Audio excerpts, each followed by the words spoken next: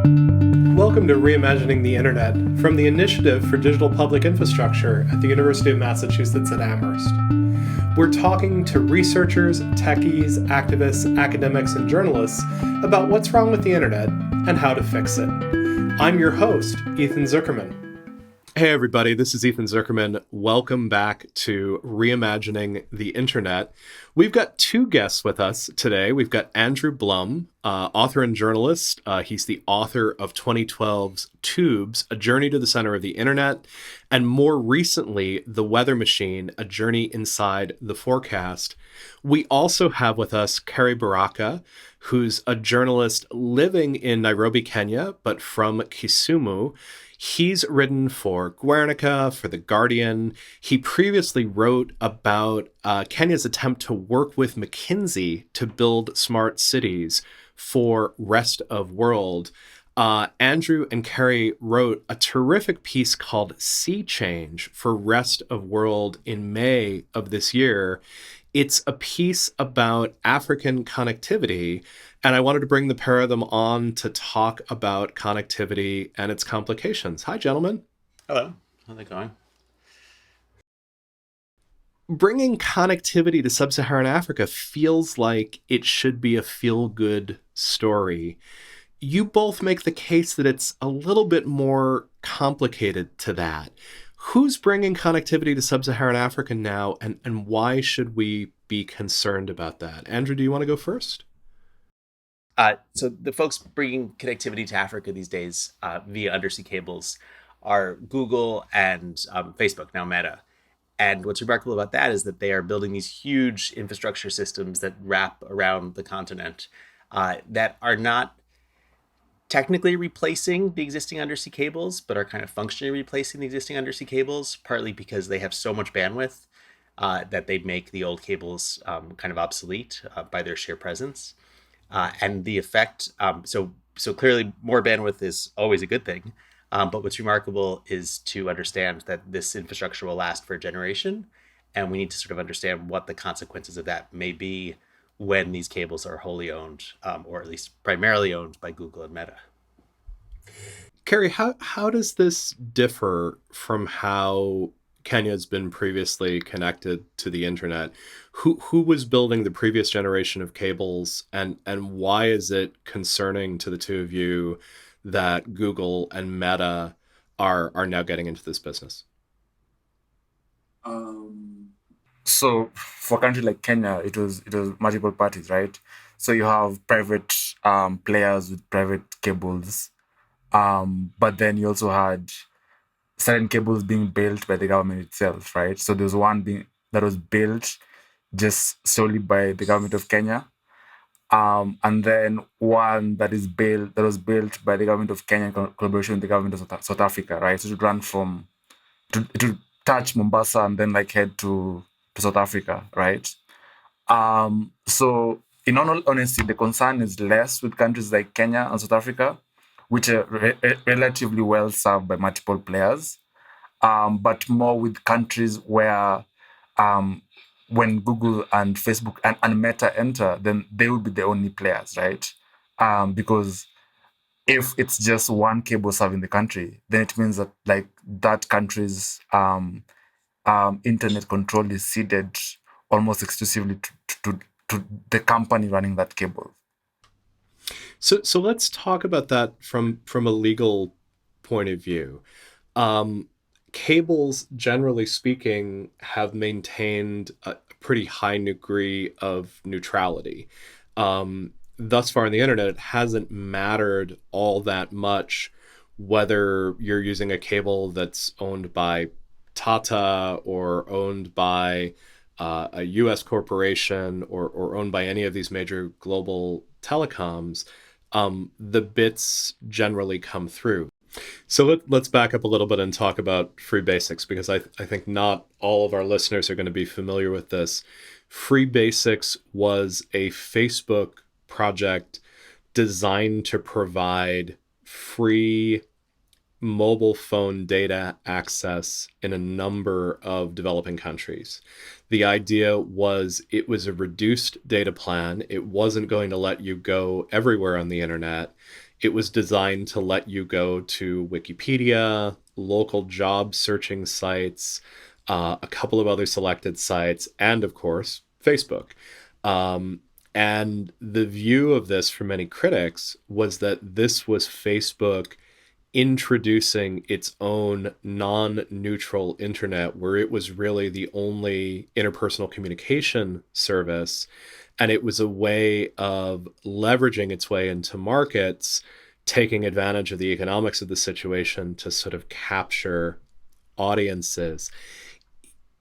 It feels like a reasonable concern, but also something of a leap to assume that this happens with transoceanic cables. Andrew, have we seen cases in which cables have become non-neutral in this fashion?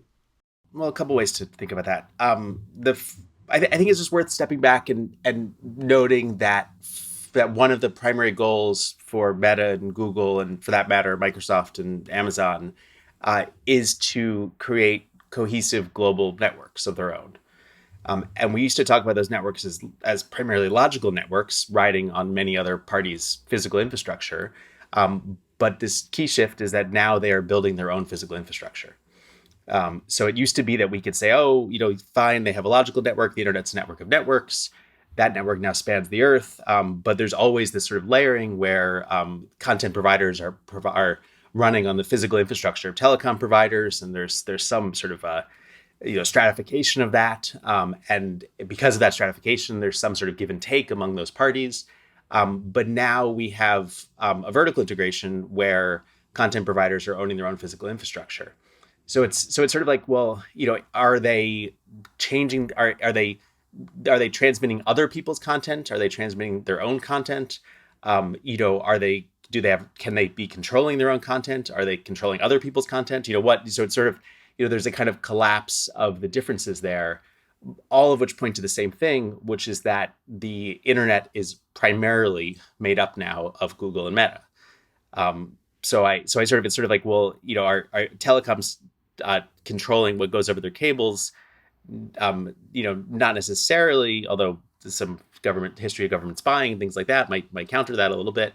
But we are in kind of new territory where you have no longer an internet of sort of a jumbled traffic altogether, but a global internet that is sort of astonishingly dominated by a handful of American companies.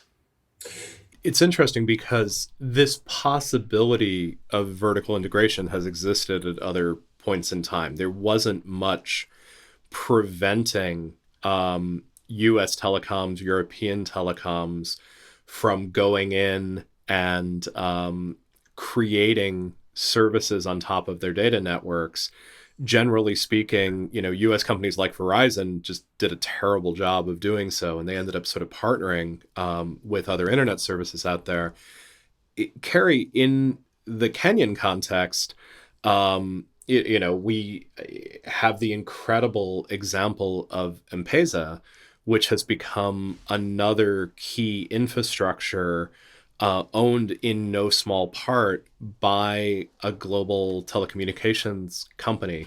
Can you talk at all about how concerns over international control, foreign control, and sort of essential infrastructure have come into play in the Kenyan economy? I mean, the example you gave of M-Pesa, right, which is partly owned by, yes, a foreign telecom giant. But then M-Pesa is also like owned a lot by the government of Kenya. Which means that, like, say, it's not as easy for M-Pesa to be quote unquote subsumed by so-called foreign interests, right? So the very fact that, like, the government of Kenya has stakes in M-Pesa and its in part its parent company Safaricom sort of like insulates the Kenyan consumer from a lot of things that would happen if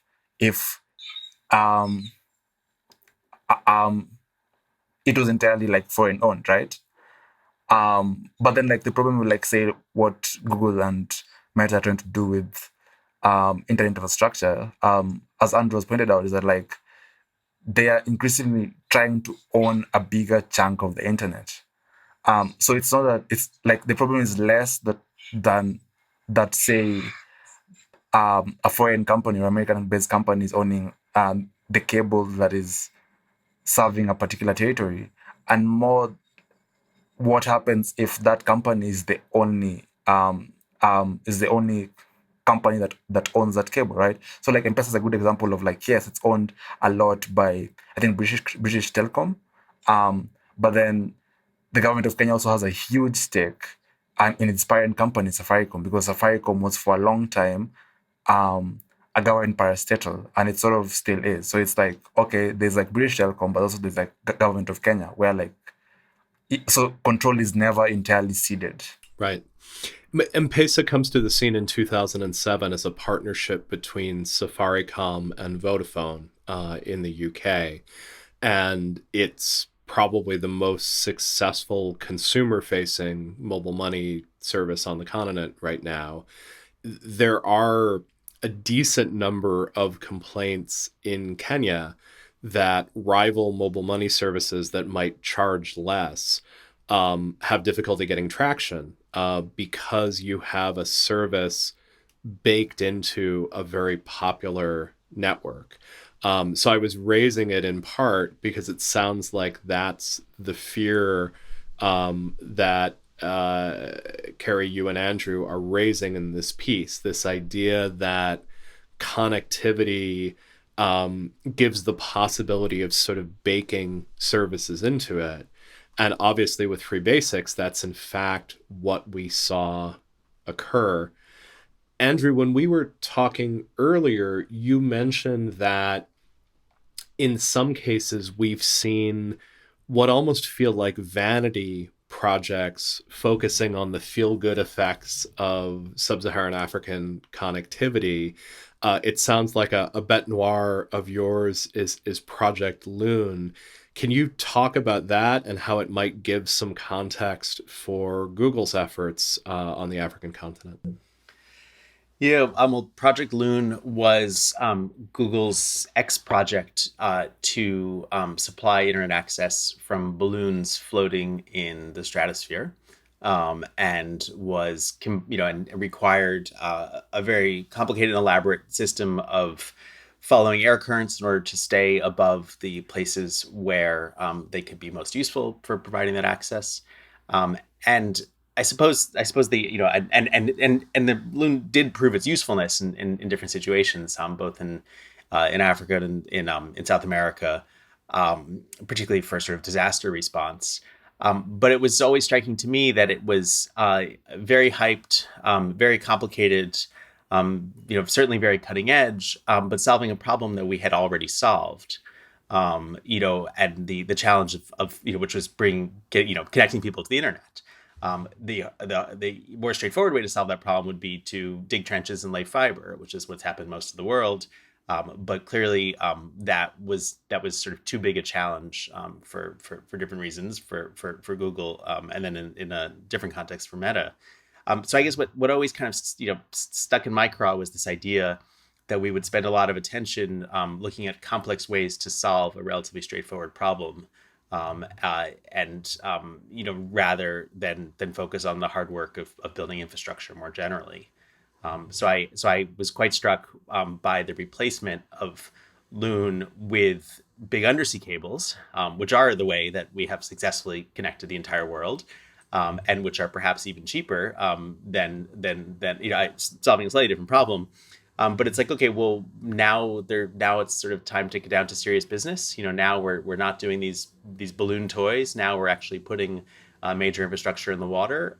And what shift does that indicate in seriousness and thinking, in the view of the potential market that the continent provides for Google and Meta, rather than a sort of recipient of this somewhat elaborate and ostensibly charitable scheme to provide internet access. Carey, in a funny way, it seems like Elon Musk may be moving into the same space with Starlink, with this new satellite project. are you seeing enthusiasm from that within the East African tech community, or are you seeing more demand for what Andrew's talking about, which is the traditional trenches and fiber connected to these undersea cables? Something like Starlink, going by the prices they're setting in Nigeria and Mozambique, they're not really solving any problem that, like, as Andrew is pointing out, has not been solved already. Because, like, the problem of, like, say, internet access in Africa is that, like, A, first of all, like, people having access to this internet, but then, like, B, people being able to afford this internet, and C, people being able to access the internet at a workable speed, right? So Starlink are offering to, like, yes, upgrade, like, speeds exponentially, but just, like, honestly, like, the prices they're giving people in Nigeria and Mozambique means that, like, it's never going to be workable for the so-called rural communities that they claim to want to connect to the internet, right? Like, ain't no way someone earning $10 a day is going to spend $1,000 on, like, installation, and then, like, a few $100s each month on subscribing to the service, right? So it doesn't seem like just like Loon and Tara. It seems a lot like it's like I talked to someone in the East African tech community to say that, like, it seems like it's basically a toy project. It's like it's a pet project. It's like exactly like Andrew's pointing out. It's not the serious work, right? It's like, oh, it's fun to have, like, balloons in the sky, or to use radar to beam internet, or to use, like, satellite. But, like, to a lot of people who have done the work of building up internet infrastructure, the work that counts is still in the cables. Something like Starlink is deservedly getting some credit for providing emergency access in Ukraine. You can imagine it being very, very valuable for a group, whether it's an NGO or a school in rural areas that aren't otherwise served, but it's not a viable solution to wiring whole cities because of the cost per unit and so on and so forth. Starlink in particular might be very useful in, I mean, like, as you say, like, Ukraine, where, like, there's a war, right? So hypothetically, if, like, there was a war in, hypothetically, northern Mozambique, and again, hypothetically, if, like, one of the components that, like,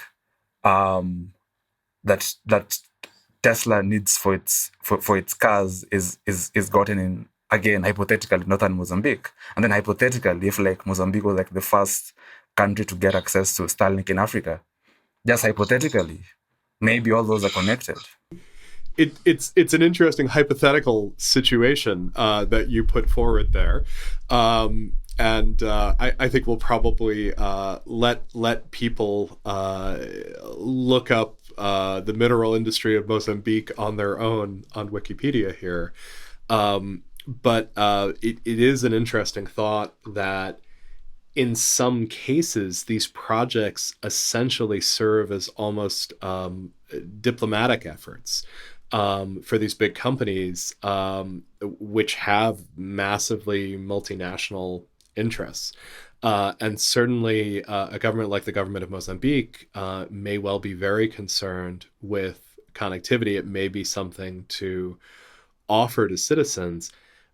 Where you and Andrew seem to be going in this piece is this idea that we're sort of moving from these one-off, almost toy solutions into these serious solutions, right? Having capacious undersea cables and then connecting them in meaningful ways via fiber and getting large chunks of people online.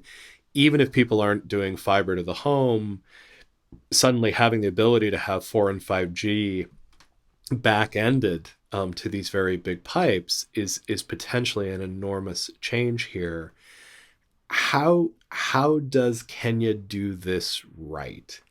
If the concern is that a Meta or a Google could decide that these cables that they're laying won't be neutral, could decide that they're going to prioritize some traffic over others, how does Kenyan law protect around this? Is there a regulatory authority that can demand neutrality on this cable? Is that supported in law? And if it's supported in law, is there the technical capacity to monitor and find out what's going on? Sorry, Carey, before you can I just sort of clarify, just put a finer point on one thing. It's we can sort of worry about whether or not Facebook and Google will treat their traffic equally, but they're basically saying that they are building these cables for their own traffic. Like, we have to listen to what they're saying as well. And not only that, but they're building these cables because they see a huge increase in the number of users coming, and they want to serve those users, aka their customers. So they're being very clear that these cables are for their own use and for their own business use, and that they fully intend to prioritize their own traffic on these cables. That is why they're building them. So I just think it's the hypothetical there is not is we just there isn't we just need to sort of say that this is what they're actually doing.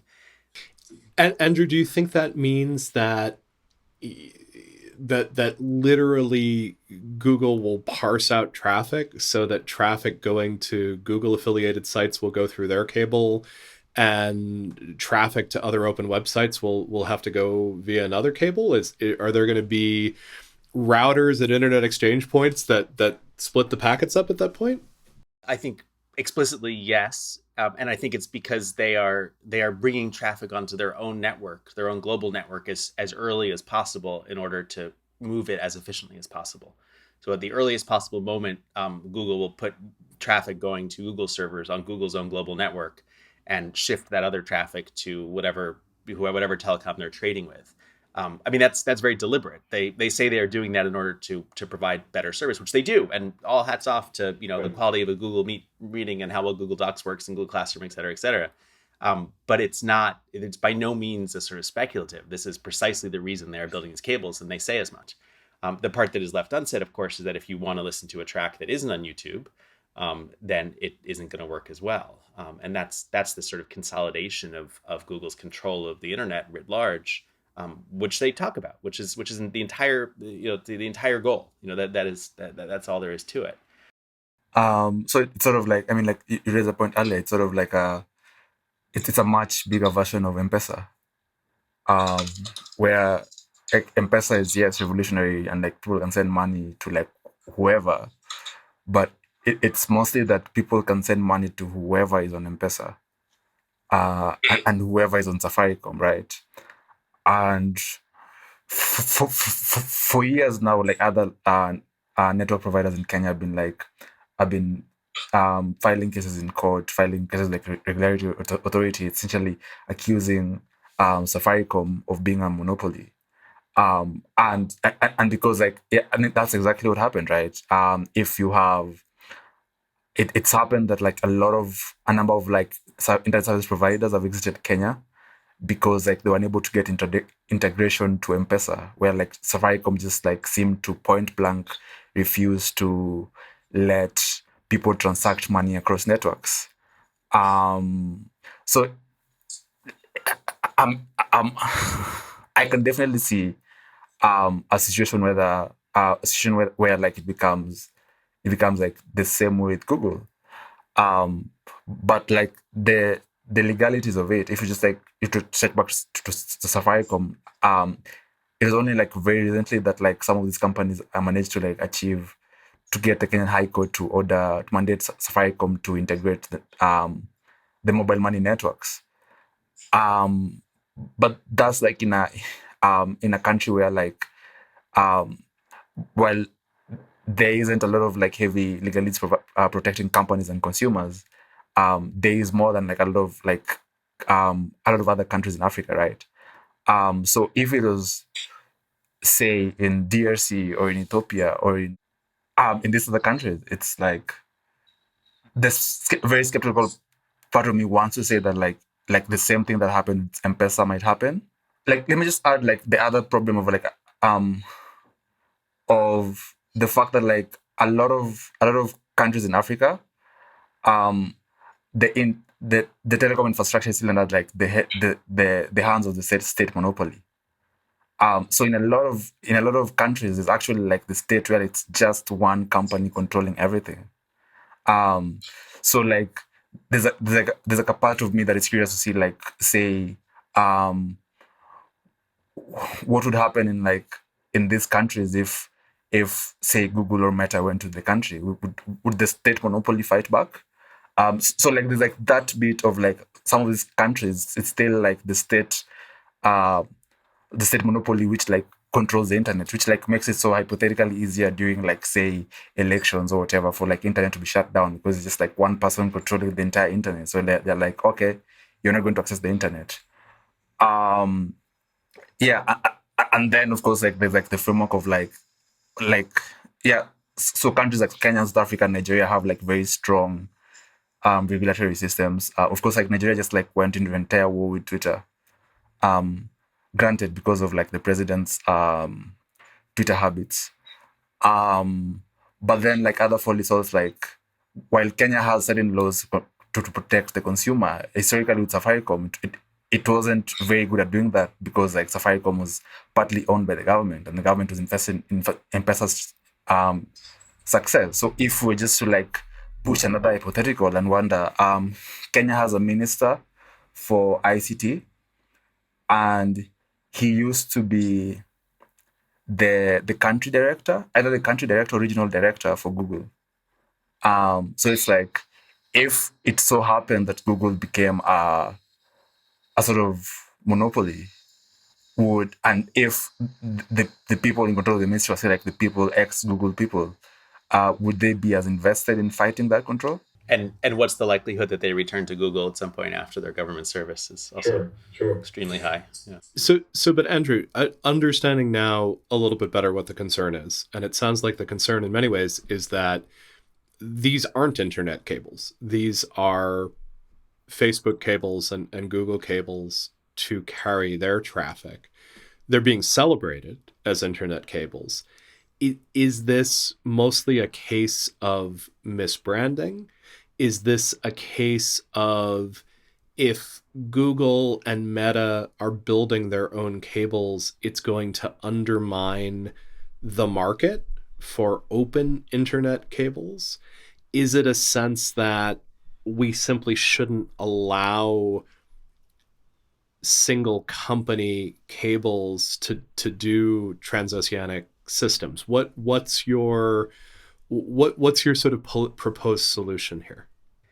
Well, I think I mean, I think it's important to acknowledge that Google and Meta are sharing the cable a little bit. You know, they are sort of swapping fibers both between each other, and they are also working with some of the terrestrial network providers. Liquid is sort of the biggest of them, and sorry, I'm blanking the other one. The one IOC is another sort of a Pan-African terrestrial cable provider that is also going to get bandwidth on these cables. So, and Google and Meta are very quick to say, no, we are sharing this. But I think it is a kind of I think there's two things to recognize. It is a kind of sliver. It's a generous slice, but it by no means is a meaningful. It creates any meaningful scarcity on what Google and Meta can use going forward for the next decades. And also, these cables are not in and of themselves business propositions for Google and Facebook and Meta. They don't need to make money on these cables. They make money on the eyeballs that the cables connect. And so we end up with essentially a new regime after 150 years of telecom, where the infrastructure itself is the kind of lost leader for the advertising that it can support. I suppose you could say that's similar to television in some way. That maybe not entirely new, but it's a different model. It's not a point-to-point model. And so we're kind of in sort of uncharted territory, except for the fact that we are sort of confronted right in front of our nose with these incredibly dominant, very small number of companies. And I kind of wonder as well how long Google and Meta will last as in tech companies. I increasingly think that it's the moment is coming when they'll be broken up. And I had a very interesting exchange with a network engineer at one of these companies who said that he's doing his work. One of the things that motivates him to do his work is to make sure that when the inevitable comes and this network is broken up, it has a strong security foundation for whoever owns it next.